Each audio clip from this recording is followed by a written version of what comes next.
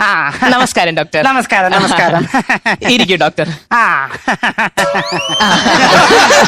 ഇപ്പം ഓരോ ആൾക്കാരും ഓരോ രോഗമാണല്ലോ ചികിത്സിക്കുന്നത്. അതെ, അതെ, അതെ. അതായത് ഓർത്തോ തനിയെ. എന്തിനാ തനിയെ ഓർക്കുന്ന? ഞാനും കൂടെ ഓർക്കാം.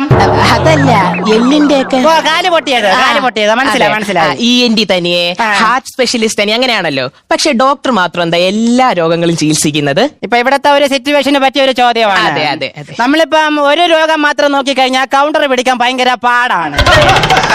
നമ്മളിപ്പോ എല്ലാ രോഗവും നോക്കുന്നെങ്കിൽ നമുക്ക് കൗണ്ടർ പിടിക്കാൻ എളുപ്പമുണ്ട്. ശരിയാ, ഇപ്പൊ ഇത് മനസ്സിലായല്ലോ ലോജിക്ക്. അതായത് ഒരു ഡോക്ടർ ആകാൻ നമ്മൾ ആദ്യം എന്താണ് പഠിക്കേണ്ടത്? ഒരു ഡോക്ടർ ആവാൻ നമ്മൾ ആദ്യം ചെയ്യേണ്ടത് 3 വാക്കുകൾ പഠിച്ചു വെച്ചിരിക്കണം. എന്തൊക്കെയാണ് ഡോക്ടർ അത്? ഒന്നാമത്തത്, എല്ലാം ദൈവത്തിന്റെ കയ്യിൽ. 2, അറിയിക്കേണ്ടവരെയൊക്കെ അറിയിച്ചോളൂ. 3, ഇത്തിരി പാടാണ്, എന്നാലും നമ്മൾ അത് അറിഞ്ഞിരിക്കണം. എന്താണ്? It's A medical miracle. ഇത് 3 പഠിച്ചു കഴിഞ്ഞാൽ എന്നെ പോലെ ഒരു ഡോക്ടർ ആകാം. ആകാല്ലേ? ആകാം. അപ്പൊ എനിക്കൊരു സംശയം ഡോക്ടർ. അപ്പം ഡോക്ടറിന് ഇതുപോലെ ഒത്തിരി ക്രിട്ടിക്കൽ സ്റ്റേജുകൾ വന്നിട്ടുണ്ടല്ലോ.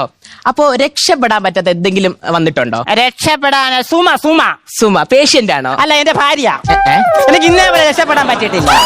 കുട്ടിക്ക് അതിന് വല്ല മാർഗം ഉണ്ടോ രക്ഷപ്പെടാനായിട്ട്? ഇല്ല. പിന്നെ അമ്മാര് ചോദ്യം ചോദിക്കേണ്ട ആവശ്യമുണ്ടോ? ഇല്ല. ഞാൻ പോണ്. വേണ്ട, പോലെ ഡോക്ടർ, സോറി.